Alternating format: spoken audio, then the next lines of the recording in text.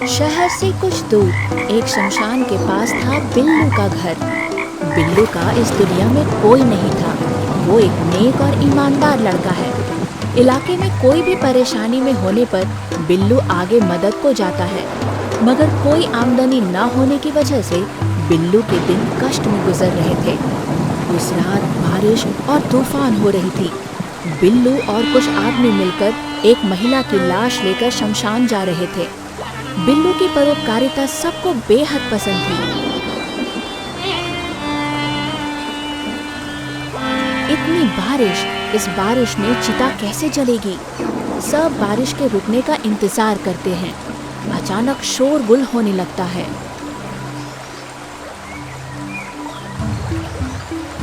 बिल्लू के साथ आए लोग सब एक एक करके नदी में ज्वार आने के कारण डर के मारे वहां से भाग जाते हैं, मगर बिल्लू अपने परोपकारी मनोभाव के कारण भागता नहीं है।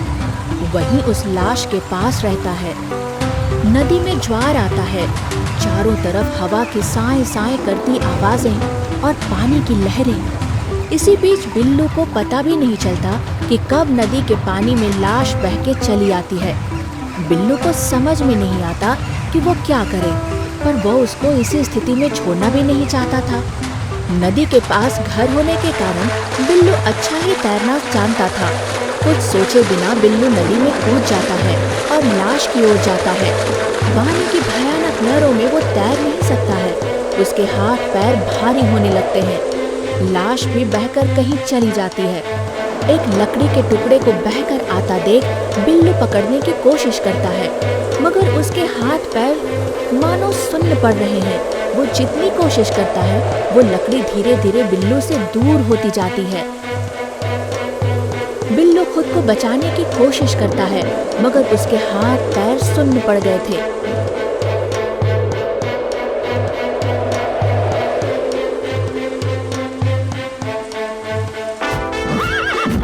अचानक एक सफेद पक्षीराज घोड़ा उड़ते हुए आता है बिल्लू को बचाने के लिए। नदी से बिल्लू को उठाकर फिर आसमान में उड़ जाता है।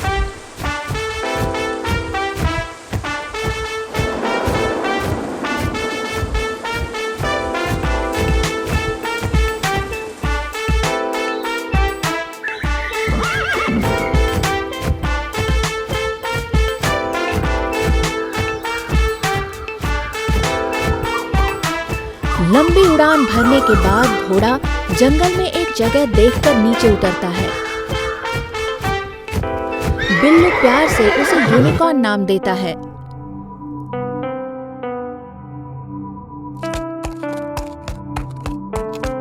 बिल्लू वहां के पेड़ पौधे काटकर एक छोटा सा घर बनाता है और आसपास के जंगल छांटकर खेती शुरू करता है। सुनहरी लहलहाती फसल से खेत भर जाता है। धान काटकर एक बोरे में भरकर बिल्लू यूनिकॉर्न पर बैठकर उड़ जाता है।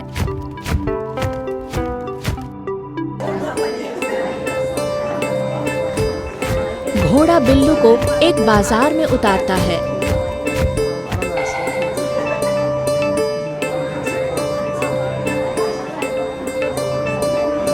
सब धान के बोरे बहुत जल्दी ही बिक जाते हैं। बिल्लू के पास बहुत पैसे आते हैं।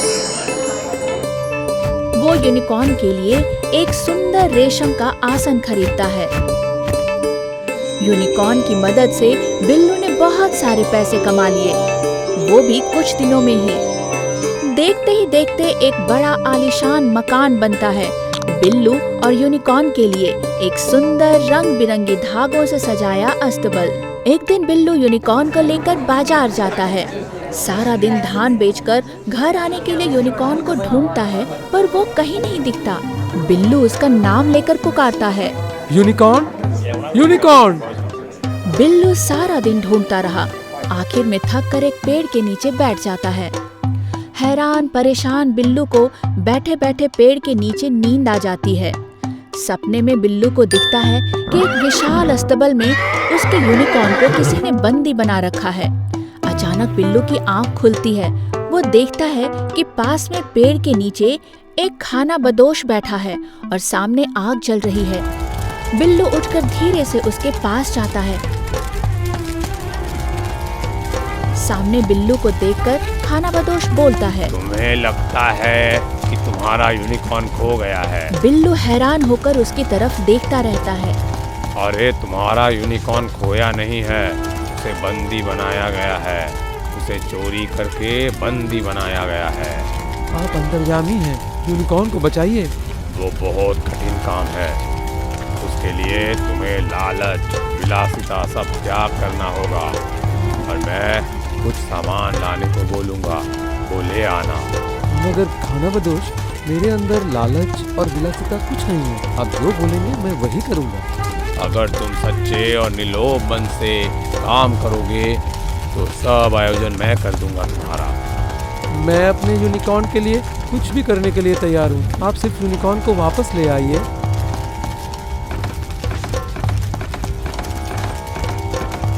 सच्चा बिल्लू तो वैसे भी लालची नहीं था।